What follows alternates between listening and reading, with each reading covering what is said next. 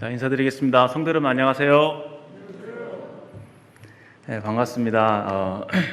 이렇게 주일날 앞에서 제 모습을 보는 것도 좀 생소하실 텐데요. 제가 오늘 처음 하나님 말씀을 이렇게 주일날 형제자매들과 교제하게 되었습니다. 사실 자리에 앉아 있으면서 예배 시간에도 사실 집중이 많이 못했어요. 매를 맞기 위해서 이렇게 초조하게 기다리는 그 아이의 심정이라고 할까요? 너무 이게 좀 마음이 많이 긴장이 되고 그렇습니다.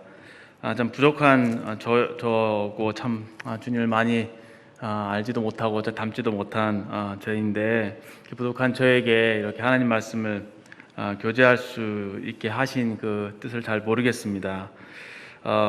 비록 제가 이 시간 좀 이렇게 서툴게 말씀을 나눈다 할지라도 성령님을 의지하는 마음으로 또 주님께서 각자에게 주시는 그 음성이 한 가지라도 있다면 그것을 좀 잘 주의 깊게 들으신다면 유익한 시간이 되지 않을까 이렇게 생각이 됩니다.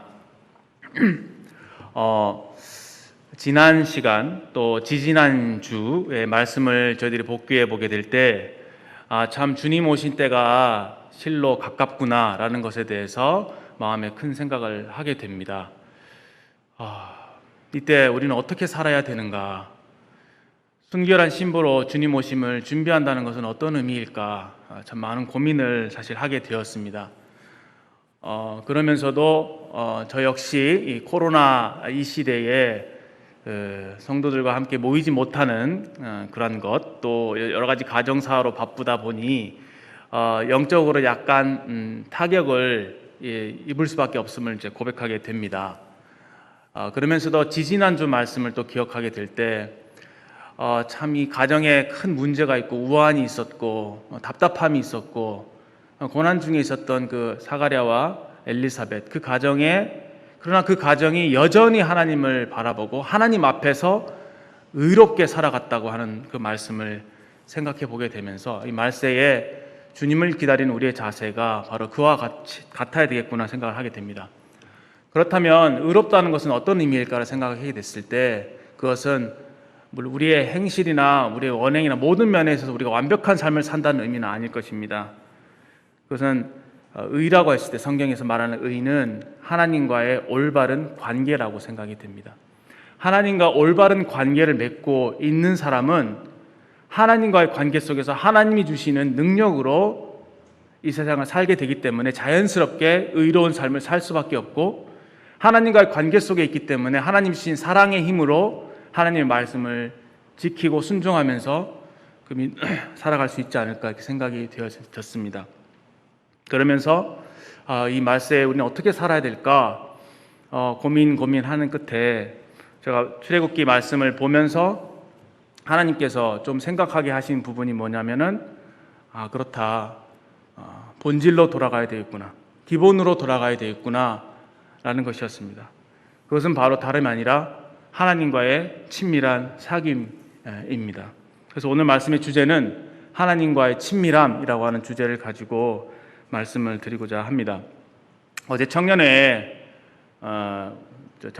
이제 강용길 형제님을 특별 강사로 모시고 이제 이런저런 말씀을 참 들었는데요.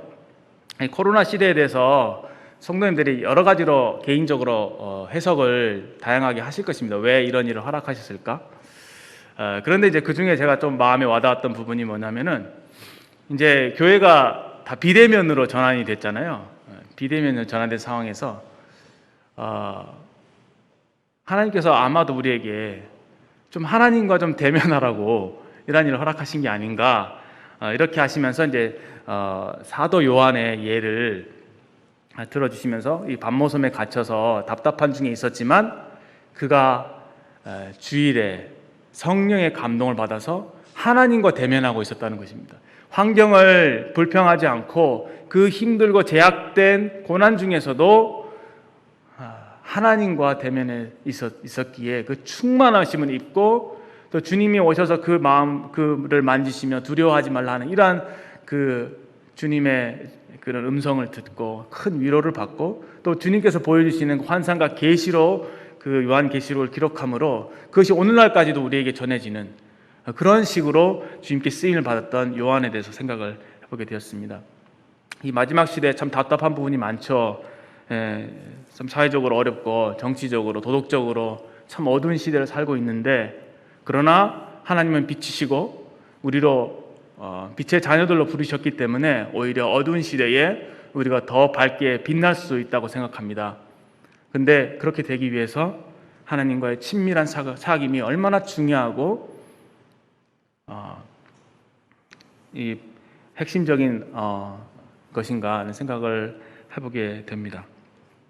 이게 왜 중요하냐면은 하나님을 만나지 않고서는 어떤 삶의 변화도 일어날 수 없고, 하나님을 만나지 않고서는 우리가 아무런 경건한 의로운 삶을 살 수 없기 때문입니다. 저는 오늘 특별히 출애굽기 32장에서 34장까지의 말씀을 주요 본문으로 몇 가지 말씀들을 살펴보면서 이스라엘 백성과 모세를 좀 비교해 보고, 또 모세가 어떻게 하나님과 친밀한 교제를 나누었는지를 조금 살펴보면서 사실 제게 주신 말씀이기 때문에 제가 이 말씀을 계속 묵상하면서 제 자신을 돌아보고자 합니다. 근데 혹시 형제자매님들께도 유익이 된다면 말씀 안에서 좀 거울처럼 자신을 좀 들여다 볼 수 있었으면 좋겠습니다. 출애굽기 32장 먼저 33장이죠. 33장 11절 말씀을 먼저 읽겠습니다. 사람이 자기의 친구와 이야기함 같이 여호와께서는 모세와 대면하여 말씀하시며, 사람이 자기 친구와 이야기함 같이 여호와께서는 모세와 대면하여 말씀하시며, 이게 대면이란 단어가 있죠. 우리 요즘 익숙한 비대면, 대면. 어떤 인격체와 대면한다고 하는 것은 어떤 의미일까요? 얼굴과 얼굴을 마주 보는 거잖아요. 근데 이 얼굴과 얼굴을 마주 보게 될 때 어떤 효과가 있을까요? 얼굴과 얼굴 이렇게 보고 눈을 마주치고 얘기한다고 하는 것은 굉장히 인격적인 것이죠. 그 사람 상대방에게 관심이 있다고 하는 것입니다. 그 사람의 속마음을 우리가 이렇게 대면해서 얘기하게 될 때 속마음을 다 이렇게 드러내게 되고, 그런 대화가 오고 가는 중에 서로를 알게 되는 것이죠. 굉장히 친밀함을 표현할 때 대면이라고 하는 말씀입니다. 오늘날 우리 시대에 주님께서 제게 주신 명령은 무엇이냐면은 하나님의 얼굴을 구하라고 하는 것입니다. 하나님의 얼굴을 구하라. 하나님만 전심으로 찾으라. 하나님만 전심으로 찾지 않으면 오늘날 우리 시대에 우리에게는 아무런 소망이 없습니다. 하나님만 전심으로, 그분만 찾아야 됩니다. 하나님도 섬기고 바알도 섬기고 하는 그러한 나누어진 마음이 아니라 하나님을 전심으로 찾고 구하는 그런 자세가 우리에게 필요하다고 주님 저에게 말씀해 주시는 것이 아닌가 생각이 됩니다. 이 카페에서 보면 요즘 흔히 이 코로나 시대 전에 최근에 일어났던 이 현상이 뭐냐면은 사람들이 이제 이 스마트폰을 다 들고 있잖아요. 그래서 카페에서 주로 사람들이 만나서 이제 대화를 하게 되는 모습을 보면은, 특히 젊은 세대들 보면은 만나서 대화하려고 만난 건데 대화보다는 사실 다들 자기 앉아서 이 핸드폰만 보고 있는 거예요. 사실 대면하기 위해서 카페에서 만났지만 대면하지 않는 것입니다. 그렇죠? 아마도 이런 모습들이 하나님과 제 사이에, 저와 하나님 사이에 그런 모습이지 않을까. 하나님과 대면하고 있지만 하나님 앞에서 이렇게 핸드폰 이렇게 들여다보고 있는, 이런 자세히 집중하지 않는 것이죠. 하나님의 마음을 알기 위해서, 그분이 어떠한 분이신지 알기 위해서 힘쓰지 않는 것이죠. 그래서 그런 걸 많이 느낍니다. 어떤 성도가 됐든 카페에서 만나서 이제 교제를 한다고 하죠. 얘기를 하는데 어떨 때는 이제 건성을 피상적으로 그냥 이런저런 얘기하다가 돌아올 경우가 있어요. 근데 돌이켜보면 내가 그 사람 왜 만났지? 이렇게 생각할 때가 있습니다. 대면은 했지만 진짜 대면하지 않는 것이죠. 근데 어떤 경우는 막 대화에 이렇게 빠져 있다 보면은 그 사람의 마음을 깊이 알게 되고 그 사람을 알게 되고 더 가까워지는 그런 것들을 이제 우리가 경험하게 되는 것이죠. 대면한다, 하나님의 얼굴을 구한다라고 하는 말씀이 그러한 것을 의미하지 않나 생각이 됩니다. 사람이 자기 친구와 이야기함 같이 여호와께서 모세와 대면하여 말씀하시며, 참 얼마나 모세는 이런 특권을 누리게 됐는지 보게 됩니다. 앞으로 몇 장을 넘기시면은 이제 제가 모세가 하나님과 어떻게 대면하여 대화를 했는지를 좀 살펴보고자 하는데요. 출애굽기 말씀을 잘 아시기 때문에 제가 약간의 개요를 좀 그 스토리 내용의 흐름을 좀 말씀을 드리면, 시내산에 이제 이스라엘 백성들이 도착하게 되죠. 그래서 모세가 시내산으로 올라가게 됩니다. 하나님께서 모세를 부르셨고 그에게 십계명을 주시죠. 그 20장의 내용이 십계명의 내용입니다. 그 십계명을 받아서 이스라엘의 장로들, 특히 이스라엘 대표자들에게 이제 그 말씀을 이렇게 선포합니다. 그때 24장에 가면은 그들이 이런 말하죠. 우리가 하나님 말씀을 다 지키겠습니다. 그렇게 얘기를 합니다.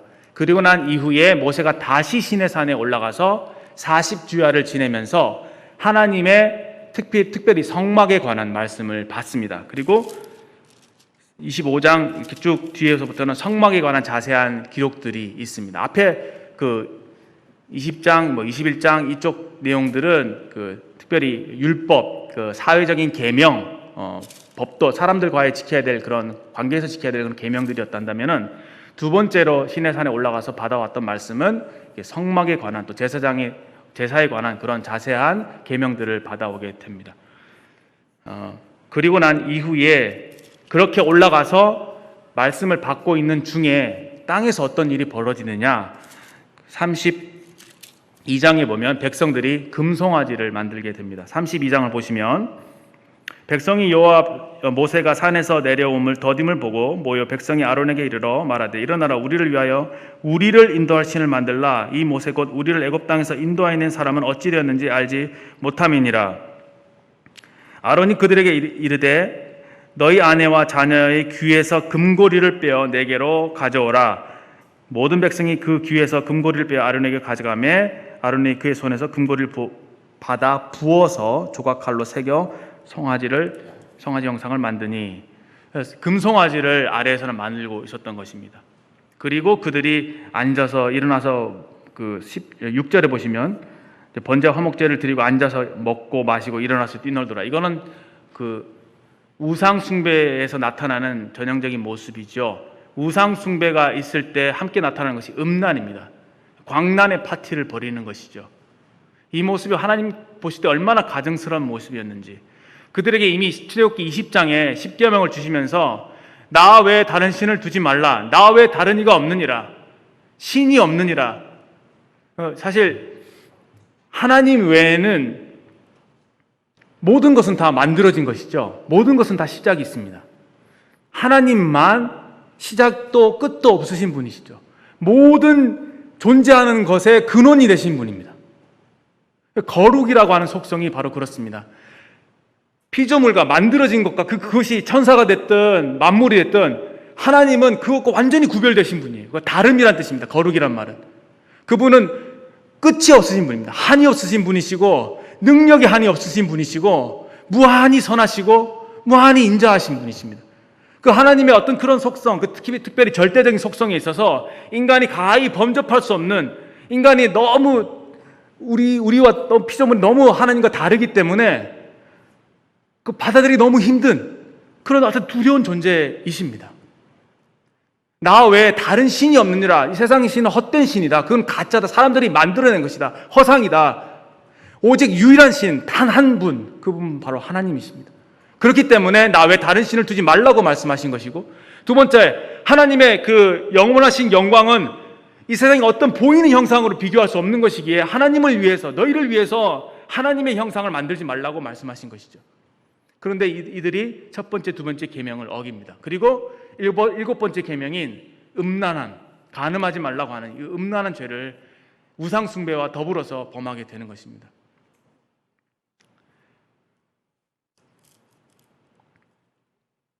하나님의 마음이 이 모습을 보시고 분노하셨습니다. 진노하셨습니다.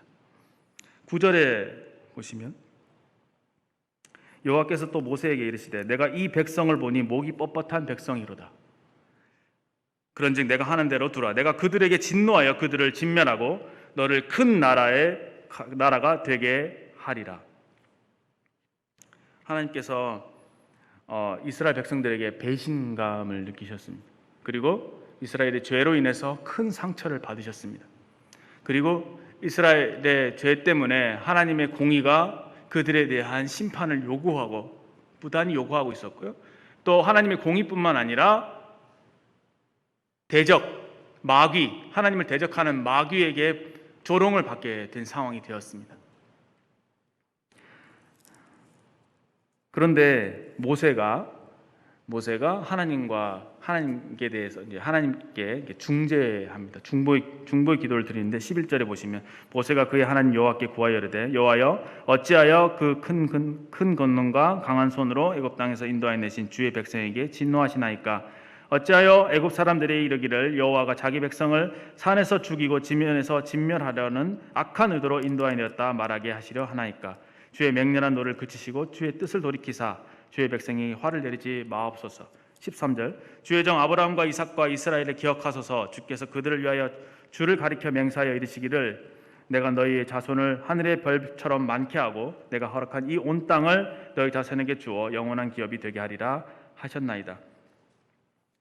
모세가 3번 하나님께 회유를 하는 장면이 나옵니다. 제가 그것을 보여드리게 텐데요. 첫 번째 회유가 2가지를 이유를 들어서 하나님의 마음을 돌이키고 설득시킵니다. 근데 어떤 면에서 하나님 설득을 당하신 분이 아니시죠. 하나님은 완전한 분이십니다. 하나님 실수가 없으시고요. 말씀하신 대로 이루시고 하나님이 어떤 뜻을 정하시면 아무도 그분의 마음을 바꿀 수가 없습니다. 그런데 그럼에도 불구하고 하나님은 굉장히 인격적인 분이십니다. 일방적이지 않으시죠. 여기서 모세와 얼마나 인격적인 대화를 나누시는지 우리가 볼 수가 있습니다. 여기 10절 말씀에서는 내가 그들을 진멸하리라. 이것은 하나님이 죄를 얼마나 미워하시는지 하나님의 공의가 어떠한 것인지를 표현하신 장면이라고 생각이 됩니다. 그렇다고 해서 하나님께서 내가 진멸하리라고 말씀하셨다고 해서 하나님께서 정말 이스라엘을 진멸하실 뜻을 두셨다면 그 뜻을 돌이키지 않으셨을 것입니다. 감사하게도 하나님께서는 모세를 사용하셔서 이스라엘에게 긍휼을 베푸시게 되는 것이죠.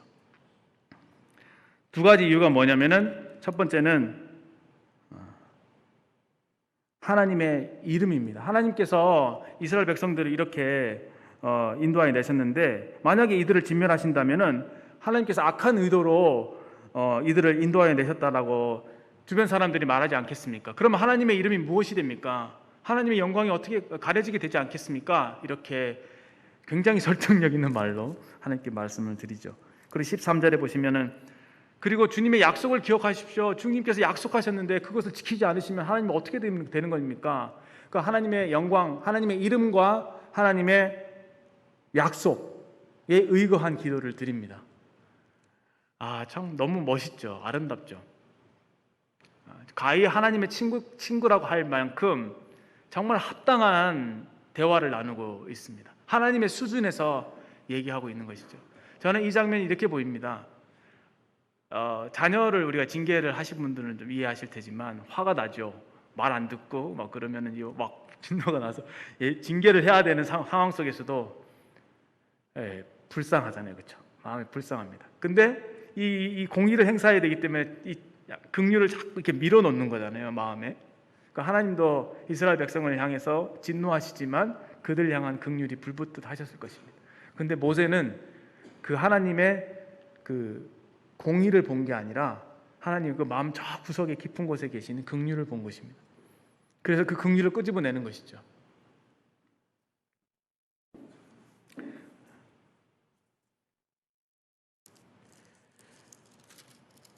그래서 어떻게 됐냐면은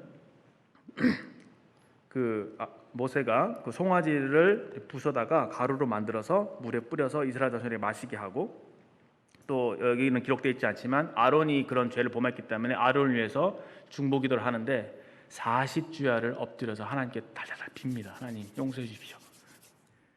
그리고 25절에 이런 말씀도 하죠. 이 아론이 방자의 원수에게 조롱거리가 되게 하였다라고 하면서 레위 자손 중에서 28절에 레위 자손 중에서 모세의 말대로 와서 3,000명 가량을 이제 죽입니다. 아마 이 3,000명은 그 우상 숭배를 주도했던 그 송아지만 주도했던 그리고 굉장히 하나님에 대해서 반역을 일으키려는 마음을 가진 그런 주동자들이었다고 생각이 됩니다. 그들을 죽입니다. 처단합니다. 그리고 31절에 백성이 자기들 위하여 금신을 만들었은 주의 큰 죄를 범하였나이다. 그러나 이제 그들의 죄를 사하옵소서. 그렇지 아니하시면 원컨대 주께서 기록하신 책에서 내 이름을 지워 버려 주시옵소서. 이와 같이 하는 과정 속에서 하나님의 마음이 조금씩 이게 뭐랄까요? 변화된다고 할까요? 움직이신다고 할까요? 그런 것들을 볼 수가 있습니다. 이 모세가 하나님 저들의 죄를 용서해 주십시오. 아론의 죄를 용서해 주십시오라고 빌면서 중보합니다. 그렇지 않으면 용서하지 않을 것 같으면 저를 하나님의 책에서 지워버리십시오. 참 백성들을 향해서 참 긍휼이 많은 그러한 모세를 볼 수 있는데 이것이 하나님의 속성과 그리 다르지 않다라는 것이죠. 33절로 넘어오시면은 3절에 보시면은 너희를 젖과 끓이는 땅에 이르게 하리니와 나는 너희와 함께 올라가지 아니하리니. 첫 번째 하나님 마음이 아직도 이제 뭐랄까요? 분이 풀리시지 않으셨습니다. 나는 너희와 함께 올라가지 아니하리니라고 말씀하시죠. 너희는 목이 곧은 백성인즉 내가 길에서 너희를 진멸할까 염려함이라. 이렇게 말씀하십니다. 그리고 이제 쭉 넘어오셔서 그 모세가 회막에서 다시금 하나님과 대면하면서 말씀합니다. 13절에 내가 참으로 주의 목전에 은총을 입었사오면 원컨대 주의 길을 내게 보이사 내게 주를 알리시고 나로 주의 목전에 은총을 입게 하시며 이 족속을 주의 백성으로 여기소서. 14절에 여호와께서 이르되 내가 친히 가리라 내가 너를 쉬게 하리라.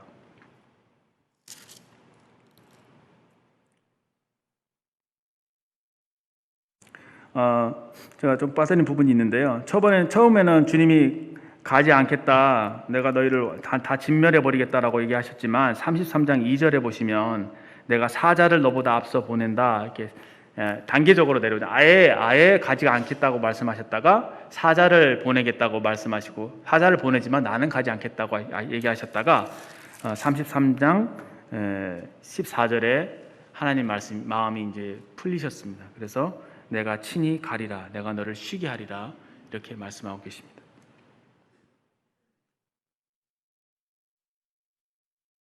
17절에 보시면 여호와께서 모세에게 이르시되 내가 말하는 이 일도 내가 하리니 너는 내 목전에 은총을 입었고 내가 이름으로도 너를 알미니라. 그림을 좀 생각해 보시면 시내산이 이렇게 있고 그 밑에는 백성들이 있습니다. 이 백성들은 목이 뻣뻣한 백성들이고 하나님을 알지 못해서 우상 숭배에 빠지는 그런 모습입니다. 근데 하나님께서 모세를 따로 산 위로 부르십니다. 그때 하나님께서 이 짙은 구름으로 산을 가리십니다. 그리고 이 산에 누구도 범접하지 말라. 내가 너를 진멸할까 하노라. 그래서 이스라엘 백성 아무도 이 산에 오지 못하게 만드십니다. 그 산 위에서 하나님이 모세와만 대면하시면서 말씀하시면서 이와 같은 일들이 발생했던 것이고 땅에 내려왔을 때 또 모세가 했던 것이 뭐냐면은 하나님을 위해서 회막을 만들었습니다. 그 회막을 사실은 자기 진중에 가지고 있었던 회막을 진 밖으로 가지고 나갑니다. 이것이 그 금송아지를 만든 사건에 대한 하나님의 징계였을 텐데요. 하나님이 이스라엘 백성들 중에 거하기를 원하셨지만 그들의 그런 죄악으로 인해서 모세가 회막을 진 바깥으로 치게 되고 그 진 바깥에 하나님께서 그 입구에 큰 구름으로 또 가리십니다. 막으시고 아무도 오지 못하게 하신 상태에서 여기 33장 7절 이하의 말씀으로 대화를 하시는 것이죠. 그리고 난 이후에 하나님께서 다시 모세를 부르십니다. 그래서 내가 그때 모세가 얘기하죠. 더 가까이 더 친밀하게 나아갑니다. 18절에 33장 18절에 모세가 이르되 원하건대 주의 영광을 내게 보이소서라고 했을 때 하나님께서 내가 시내산으로 다시 올라오라. 반석 위에 너를 두리니 내가 지나갈 때 내 손을 덮었다가 뗄 때 나의 등은 보지만 나의 얼굴은 보지 못하리라 이렇게 말씀하시면서 실제로 34장에 와서 하나님께서 자신의 모습을 등을 영광을 보여주시면서 6절에 그 앞으로 지나심 선포하시되 여호와라 여호와라 자비롭고 은혜롭고 노하기를 더디하고 인자와 진실이 많은 하나님이라 라고 하시면서 하나님 자신을 나타내어 주십니다. 그때 8절에 모세가 급히 땅에 엎드려 경배하며 이르되 주여 내가 주께 은총을 입었거든 원하건대 주는 우리와 동행하옵소서. 이는 모두 뻣뻣한 백성이니 우리의 악과 죄를 사하시고 우리를 주의 기업으로 삼으소서.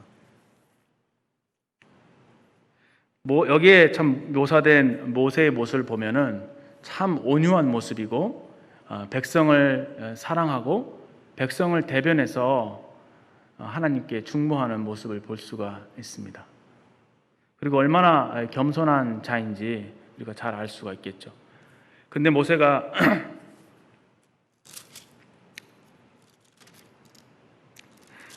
이제 그 민수기 12장인가요? 그 말씀 보시면은 그 온유함이 지면의 모든 사람보다 승했다라고 얘기하고 있죠. 그래서 어떤 일이 벌어졌을 때 하나님 앞에서도 엎드릴 뿐만 아니라 사람 앞에서도 엎드릴 줄 아는 그런 겸손과 온유의 아이콘이라고 말씀드릴 수 있을 것입니다. 그런데 그가 원래 그런 사람은 사실 아니었죠. 이런 모세의 그런 친밀함, 하나님과의 친밀함을 보면서 저는 주님이 주신 한 두세 가지 정도의 하나님의 친밀함을 어떻게 유지할 수 있는지에 대해서 생각을 해보게 되었습니다. 첫 번째는 온유한 마음입니다. 온유한 마음. 아까 금송아지를 만들 때 하나님께서 이스라엘 백성들을 향해서 이는 목이 뻣뻣한 백성이다. 목이 뻣뻣하다, 굳다, 강팍하다. 마음이 사실은 할례받지 못해서 딱딱한 마음을 말씀하고 있는 것이죠. 그것은 자기 고집대로 행하는 마음이고 하나님을 거역하는 그런 마음입니다. 그에 반해서 모세는 참 부드러운 마음을 가졌던 것이죠.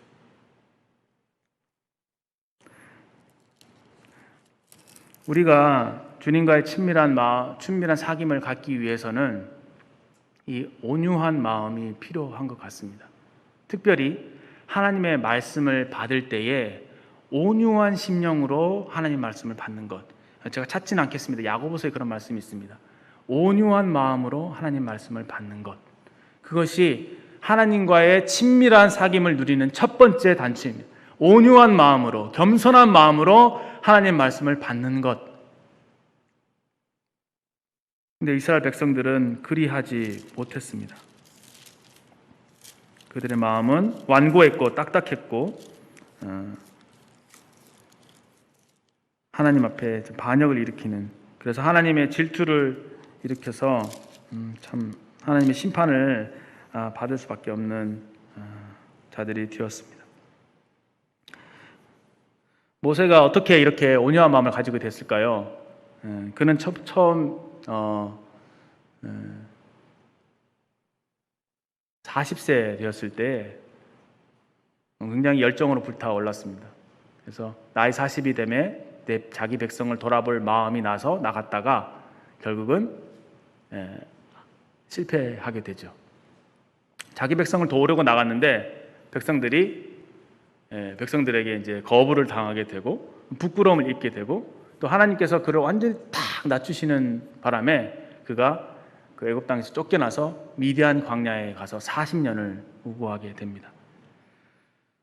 하나님, 제가 할 수 있습니다 라고 얘기하고, 하나님 저만 믿어주십시오. 내가 내 이 강한 손으로 내가 이 이스라엘 백성들을 이끌어내겠습니다. 자기 힘을 의지하고 나아갔던 것입니다. 자기에게 뭔가 능력이 있다고 생각을 했던 것이죠. 근데 하나님께서는 모세를 미디안 광야 40년 동안 죽이십니다.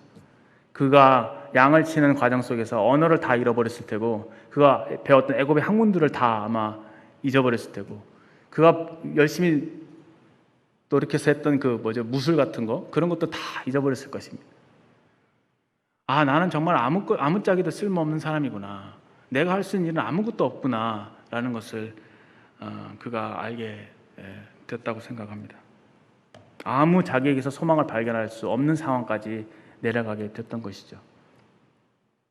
저는 이 미디안의 40년의 시간을 죽음이라고 생각을 합니다. 죽음. 신약 시대에 와서 십자가와 연관을 지을 수 있다고 생각합니다. 우리의 딱딱한 마음은 인간의 노력으로 없어질 수 있는 것이 아니라 오직 주 예수 그리스도의 십자가만이 우리의 딱딱한 마음을 부드러운 마음으로 바꿔줄 수 있는 것이죠. 지난번에 어떤 분이 예배 시간에 예수께서 말씀을 인용하신 것처럼 우리에게 딱딱하고 강팍한 마음을 걷어주시고 부드러운 마음을 갖게 하신 것은 바로 우리 주님의 십자가의 보혈이죠. 이 보혈이 우리로 그 딱 부드러운 마음을 갖게 하고 우리 주님을 사랑하고 주님 아버지께 나아올 수 있게 하신 것입니다. 그럼에도 불구하고 우리는 매일의 삶 속에서 온유한 마음을 하나님께 달라고 기도할 필요가 있습니다. 왜냐하면 일상을 살아가다 보면은 우리의 마음이 딱딱해지고 그렇기 때문에 하나님 말씀이 잘 내 마음속에 자리 잡지 못하는 그런 경우가 있기 때문이죠.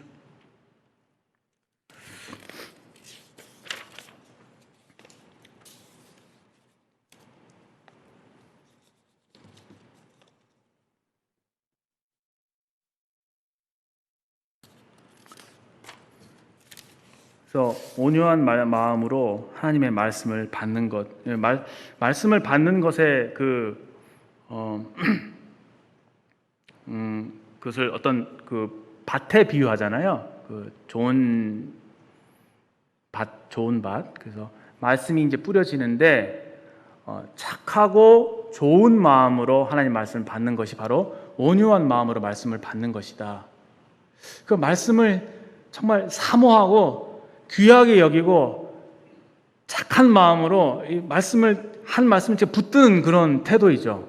이 말씀이 정말 그러한가 해서 말씀을 참 이렇게 소중히 여기는 그런 마음인 것이라고 생각이 됩니다. 반면 이스라엘 백성들은 어떻습니까? 그들은 사실은 마음에 하나님 두기를 싫어했죠. 그래서 마음이 하나님 두기를 싫어함에 하나님께서 그들을 상실한 마음대로 내어버려도 합당치 못한 일을 하게 하셨나니 그러면서 쭉 나오는 것이 마지막에 우상, 하나님의 영광을 금수와 버려진 형상의 우상으로 바꾸었느니라. 전형적인 이런 모습입니다. 그래서 이 딱딱한 마음이라고 하는 것은 바로 이와 같은 마음에 하나님 두기를 싫어하는 것. 결국은 무엇이 문제입니까? 바로 자아가 문제이죠. 우상은 사실 자기 자신을 위해서 만드는 것이거든요. 나 중심적인 생각, 내 중심적인 삶, 이런 것들이 하나님의 말씀을 방해한다는 것입니다. 모세는 참 내가 너로 이 백성 진멸하고 너로 큰 나라를 만들게 해줄 거야 했을 때 그래요 주님? 잘 생각하셨습니다. 아브라함에게 주셨던 기회를 저에게도 주시는군요. 감사합니다. 맡겨만 주십시오. 제가 이 백성들 내가 다 이끌고 제가 따로 나라를 시작해서 하나님 기뻐하시는 민족을 만들 수 있습니다. 이렇게 얘기하지 않았죠. 자기 일을 생각하지 않았습니다. 하나님의 이름을 생각하고 하나님 명예를 생각했던 것이죠. 이 온유한 마음입니다. 하나님 그렇게 되면 하나님 어떻게 되는 거예요?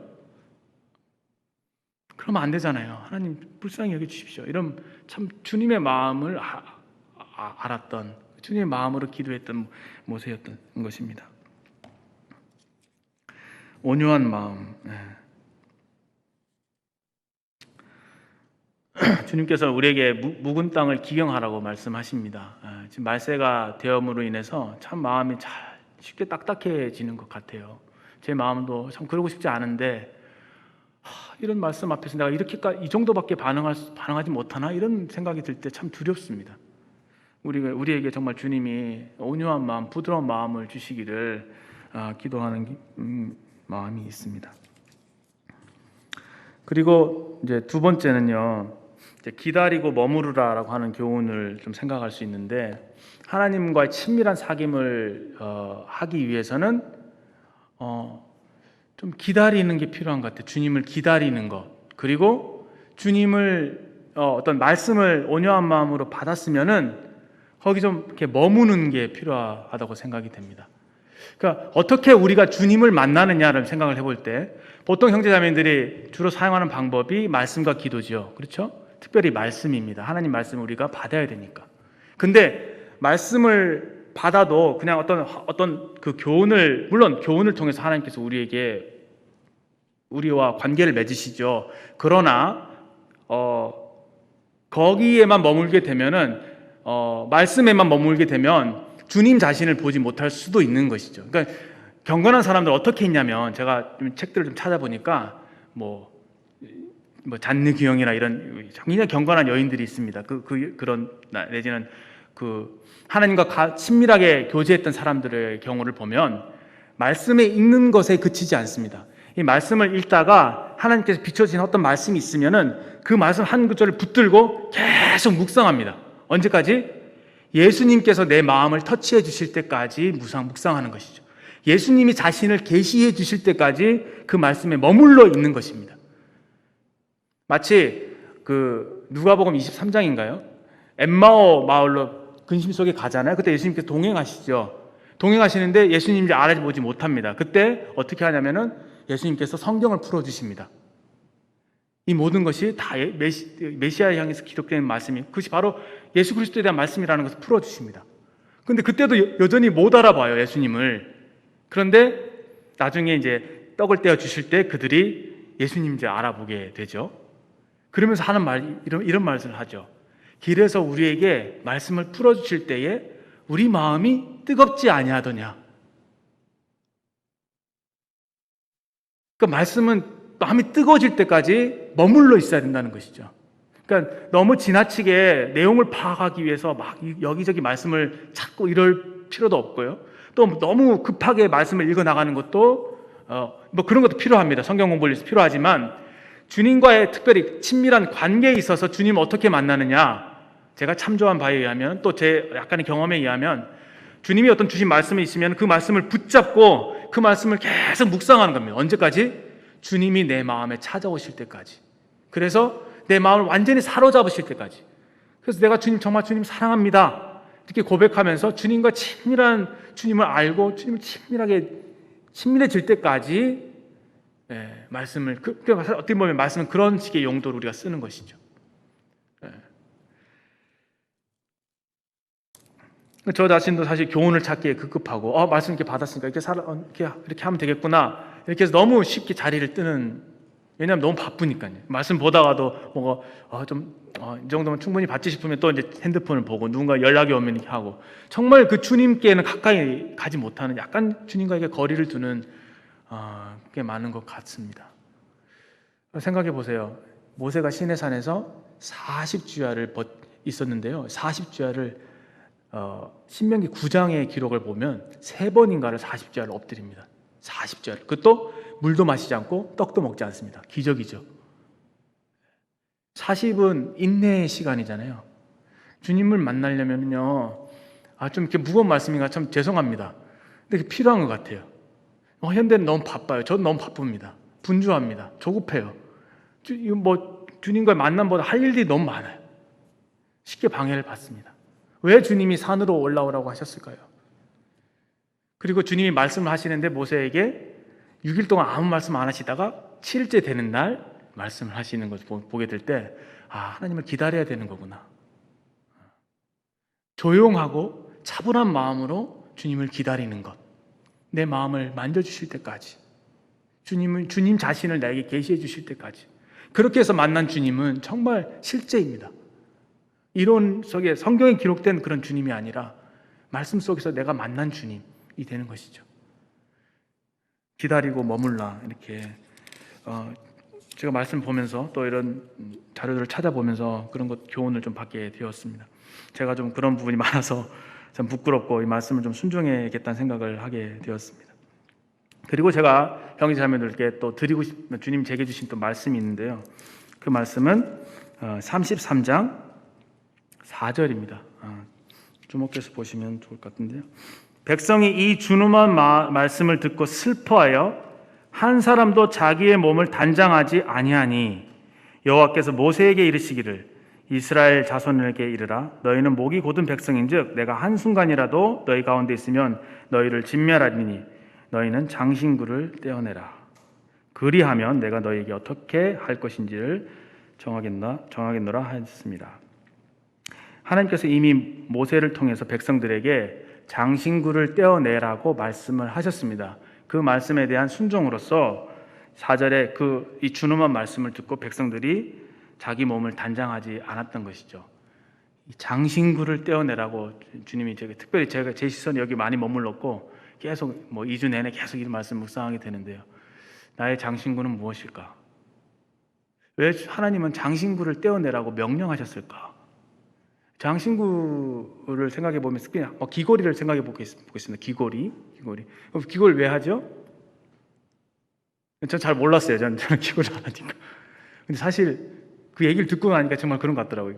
여성들이 잘 단장하려고 귀걸이를 딱 하잖아요. 그러면은 이렇게 반짝반짝, 특히 작은 것일수록 좋대요. 이렇게 반짝반짝 빛나면 굉장히 얼굴이 이렇게 더 예뻐 보이고 그렇더라고요. 그 얘기를 듣고 보니까 진짜 그렇네 이렇게 생각이 들더라고요. 이게 반짝반짝하는 이게 장신구를 통해서 나를 더 돋보이게 하는 것이죠. 시각적인 효과입니다.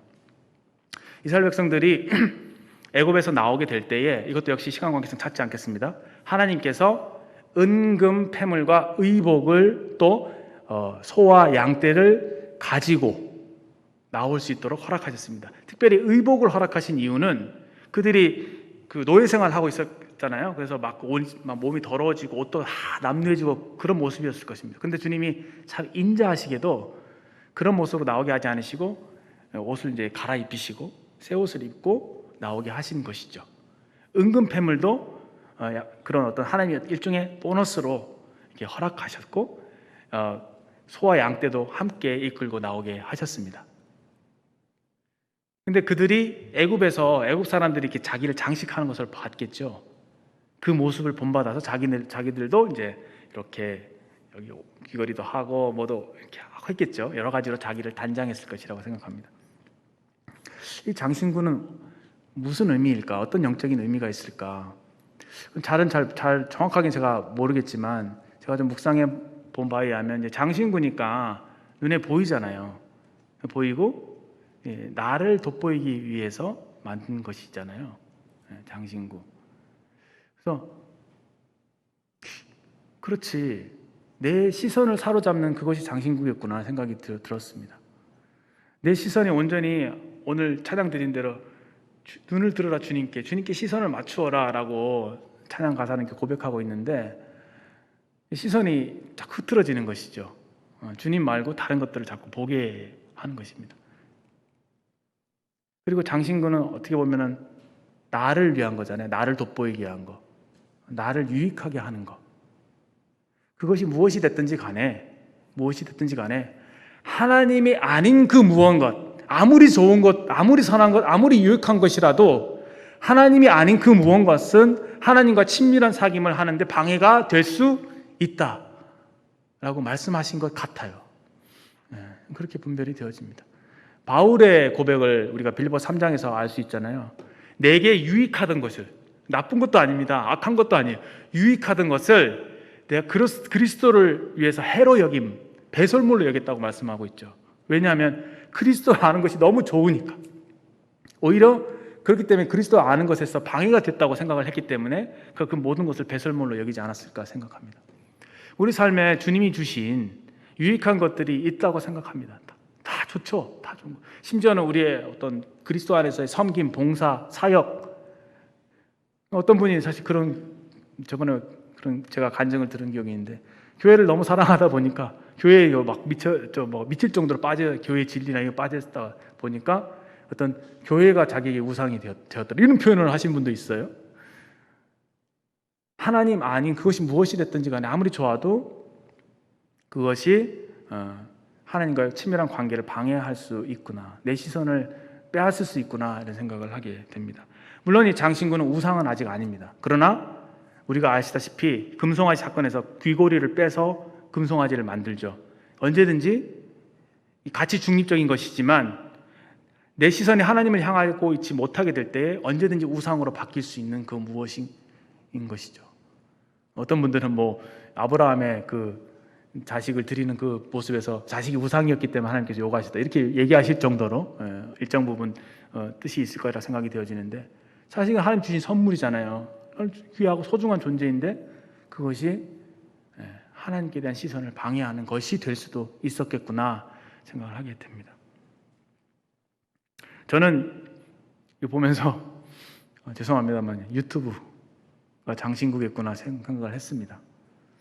제가 뭐 다른 목적이 아니고 저도 역시 정보들을 많이 찾습니다. 많이 여러 유익한 것도 많고 찬양 같은 것도 막 듣고 하는데 너무 사실 위험한 것을 경험하게 되는 게 이 AI죠. AI가 제가 뭘 관심 있어 하는지 잘 알아요.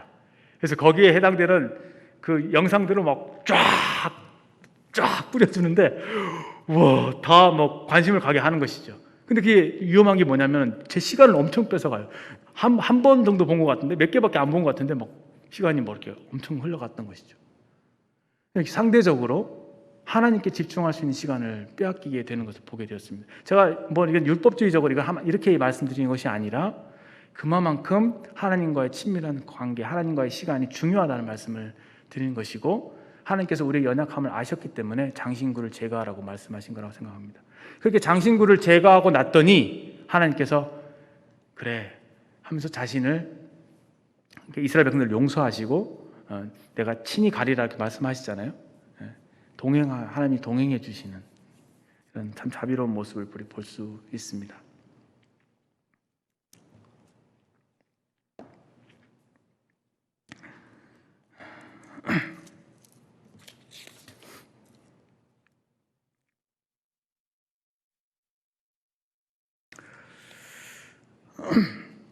제가 요즘 또 마음에 좀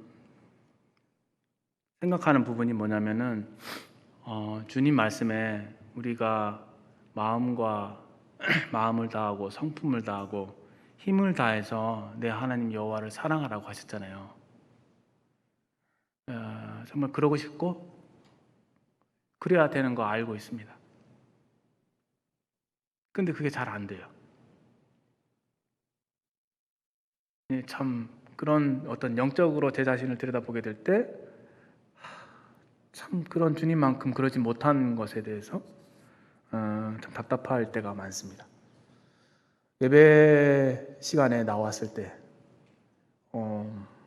그냥 주님에 대한 것들이 그냥 이론적이고 내 마음이 딱딱해져 있을 때, 아무런 감동 없이 앉아 있을 때, 그때 참 죄송한 마음이 큽니다. 근데 왜 하나님께서는 이런 말씀을 하셨을까? 마음을 다하고 성품을 다하고 힘을 다하여 내 하나님 여호와를 사랑하라. 이것이 크고 첫째 되는 계명이니라. 여러분, 사랑이라고 하는 것의 원래 개념은, 사랑은 사실 좋아하는 거잖아요. 제가 아내와 사는데 아내에게 대해서 사랑을 정의할 때 의무감만 정의한다면, 헌신만 정의한다면은 그건 사랑의 기본적인 그 의미를 잃어버린 것이 아닌가 싶습니다. 사랑하는 남녀가 서로 너무 보고 싶고 너무 좋아해서, 너무 상대방이 좋아서 같이 살고 싶어서 한순간 더 있고 싶어서 사실 결혼하는 거잖아요.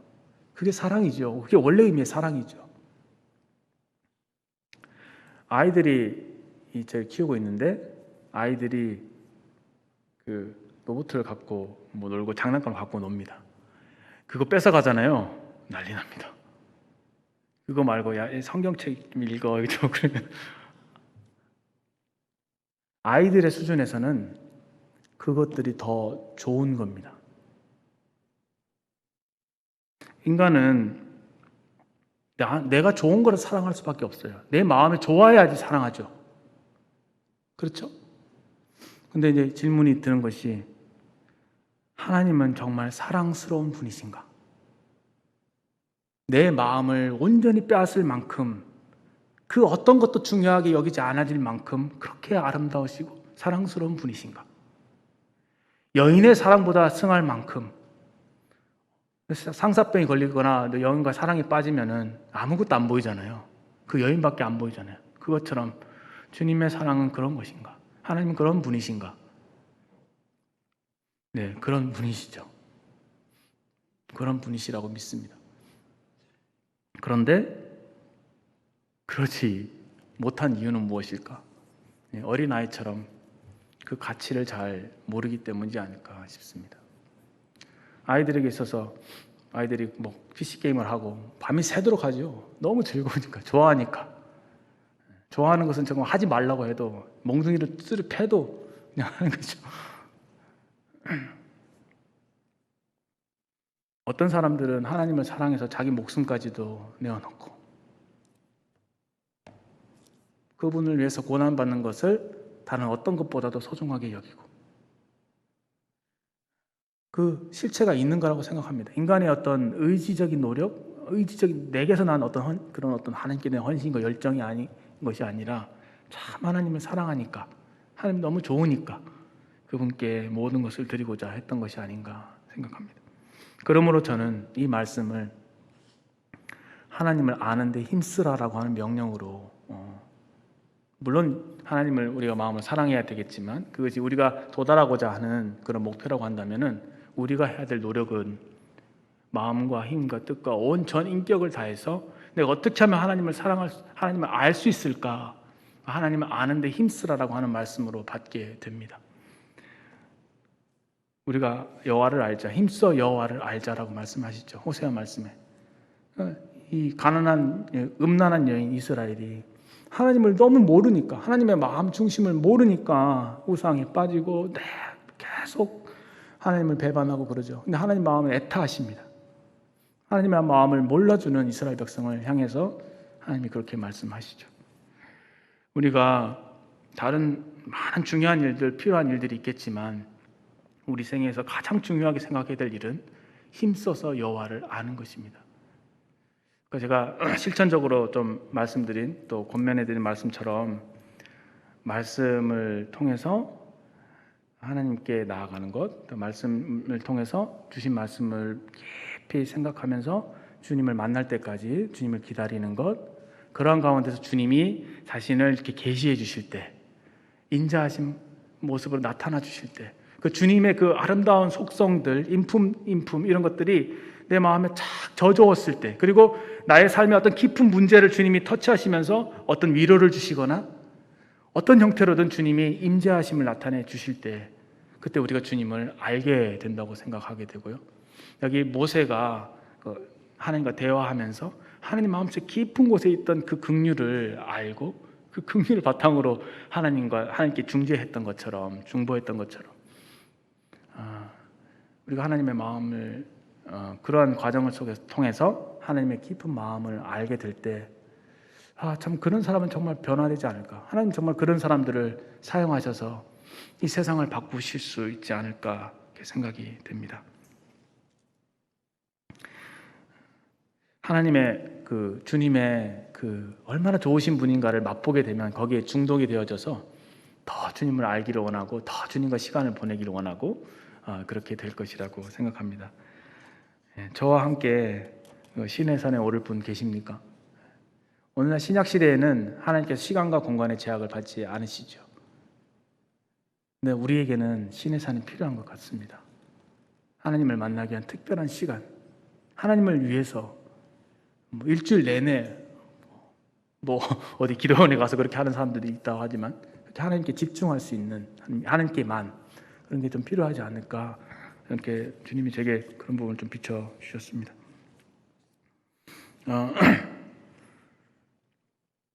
사랑 안에 두려움이 없고 온전한 사랑이 두려움을 내어 쫓나니, 요한일서 4장 18절 말씀입니다. 사랑 안에 두려움이 없고 온전한 사랑이 두려움을 내어 쫓나니. 저는 마음의 두려움을 해결하려면 힘과 능력이 필요한 줄 알았습니다. 부동산 시대, 부동산이 막 하늘 치솟고 있죠. 저 내년에 이사를 가야 하는데 그런 것들이 두려움이 될 패닉 바잉이라고 하잖아요. 패닉. 사람들에게, 대한민국 사람들에게 두려움을 줍니다. 그래서 돈이 있으면 힘이 있으니까, 돈이 있으면 안정감이 있으니까 그 두려움에서 벗어날 수 있을 거야. 우리를 두렵게 하는 많은 것들이 있죠. 우리 마음을 약하게 하는 것들이 있습니다. 세상이 우리를 만만치 않게 만만치 않습니다. 우리를 가만히 놔두지 않죠. 근데 힘이, 능력이 두려움을 내어쫓는 게 아니라 온전한 사랑이 두려움을 내어쫓는다. 주님과의 깊은 사귐 속에서 하나님을 참 사랑하는, 그 사랑에 감동이 되어져서 살아가는 우리 형제 자매님들 되시길 바랍니다. 그렇게 됐을 때 그 누가 해할 수 있겠습니까? 하나님의 사랑에서 아무것도 끊을 수 없다고 하셨는데, 이 모습을 마치 이와 같이 생각해 보시면 좋을 것 같아요. 그런 주님과의 친밀한 사귐 속에서 하나님께서는 우리에게 다가오셔서 우리를 사랑의 품에 이렇게 안으십니다. 그때 우리가 그 따뜻한 품 속에서 아빠 하면서 그 어린아이 같은 마음으로 하나님을 참 그 사랑을 느끼고 하나님을 사랑하고 그리고 그 계명에 순종하고,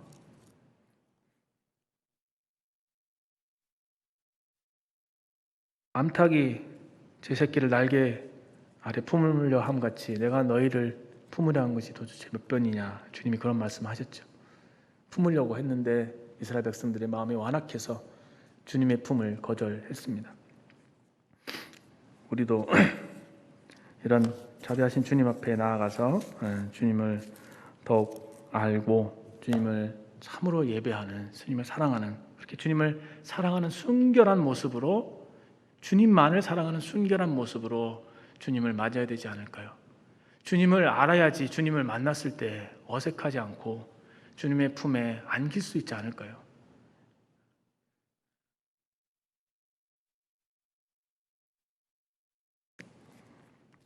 함께 기도하고 마치겠습니다.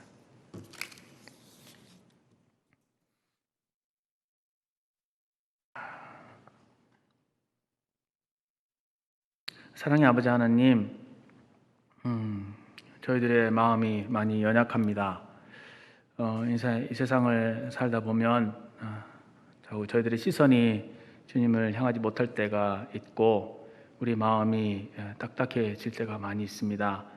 아버지 하나님, 저희들을 불쌍히 여겨주시고 저희들이 하나님을 전심으로 하나님의 얼굴을 구하고 찾게 해주시기를 바라며, 저희들이 주님을 찾게 될 때 주님께서 인자한 얼굴을 비춰주시고 우리를 만나주시고 우리의 마음을 만져주셔서 우리로 주님을 알게 하시며 주님의 인격을 담게 하시고 참으로 주님을 사랑하는 저희들 되도록 인도해 주시기를 구합니다.